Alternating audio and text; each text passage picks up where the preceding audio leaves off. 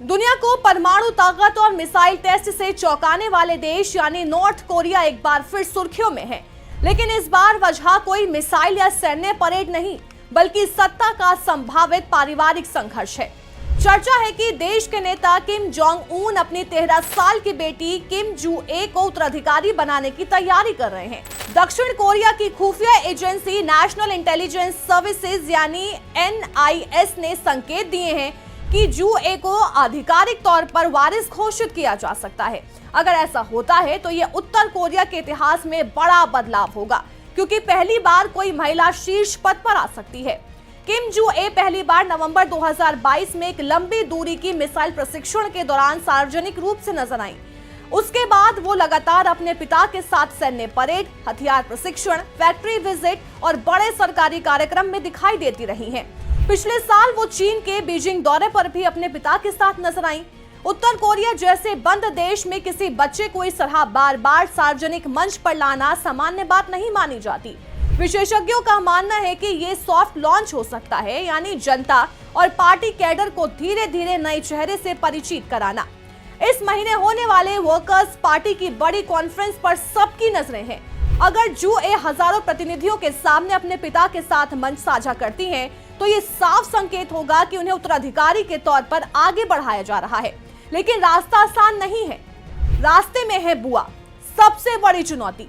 अब कहानी में आता है असली ट्विस्ट। किम जू ए के सामने सबसे बड़ी चुनौती उनकी बुआ है, जो है किम यो जोंग।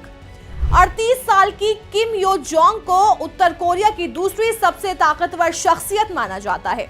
वो वर्कर्स पार्टी की सेंट्रल कमेटी में ऊंचे पद पर हैं और सेना और पार्टी दोनों पर मजबूत पकड़ रखती हैं। राजनीतिक विश्लेषकों के अनुसार अगर अचानक सत्ता का सवाल खड़ा होता है तो अनुभव और नेटवर्क के मामले में किम यो जोंग का पलड़ा भारी पड़ सकता है। अमेरिका के थिंक टैंक स्टिम्सन सेंटर की वेबसाइट 38 नॉर्थ की रिपोर्ट में भी कहा गया है कि शॉर्ट टर्म में किम यो जोंग ज्यादा मजबूत दावेदार हो सकती हैं, क्योंकि जू ए अभी बेहद कम उम्र की है। उत्तर कोरिया में सत्ता की लड़ाई नई नहीं है। 2013 में किम जोंग उन ने अपने चाचा जांग सोंग थाई को गुटबाजी और पार्टी विरोधी गतिविधियों के आरोप में फांसी दिला दी थी। 2017 में उनके सौतेले भाई किम जोंग नाम की मलेशिया के एयरपोर्ट पर VX-9 एजेंट से हत्या कर दी गई थी। इतिहास गवाह है कि यहाँ सत्ता के लिए परिवार के अंदर भी बेरहमी देखी गई है। ऐसे में अगर भविष्य में जू ए और किम यो जोंग के बीच टकराव होता है तो स्थिति बेहद गंभीर हो सकती है। क्या महिला लीडर बनने जा रही है? अगर किम जू ए को आधिकारिक वारिस बनाया जाता है तो वो उत्तर कोरिया की पहली महिला सुप्रीम लीडर बन सकती हैं।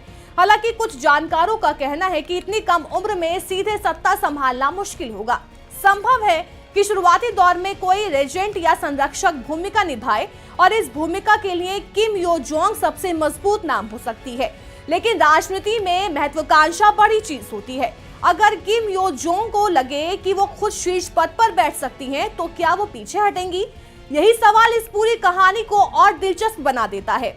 आज उत्तर कोरिया के पास अनुमानित तौर पर 50 परमाणु हथियार हैं और 70 से 90 हथियार बनाने लायक सामग्री भी मौजूद है। लगातार हो रहे बैलिस्टिक मिसाइल प्रशिक्षण दुनिया के लिए चिंता का विषय है। अब ऐसे में अगर देश के अंदर सत्ता को लेकर अस्थिरता बढ़ती है तो उसका असर सिर्फ उत्तर कोरिया तक सीमित नहीं रहेगा, बल्कि पूरे एशिया और दुनिया की सुरक्षा पर पड़ेगा। किम जोंग उन की बेटी किम जू ए का बढ़ता सार्वजनिक प्रोफाइल साफ संकेत देता है कि उन्हें भविष्य के लिए तैयार किया जा रहा है।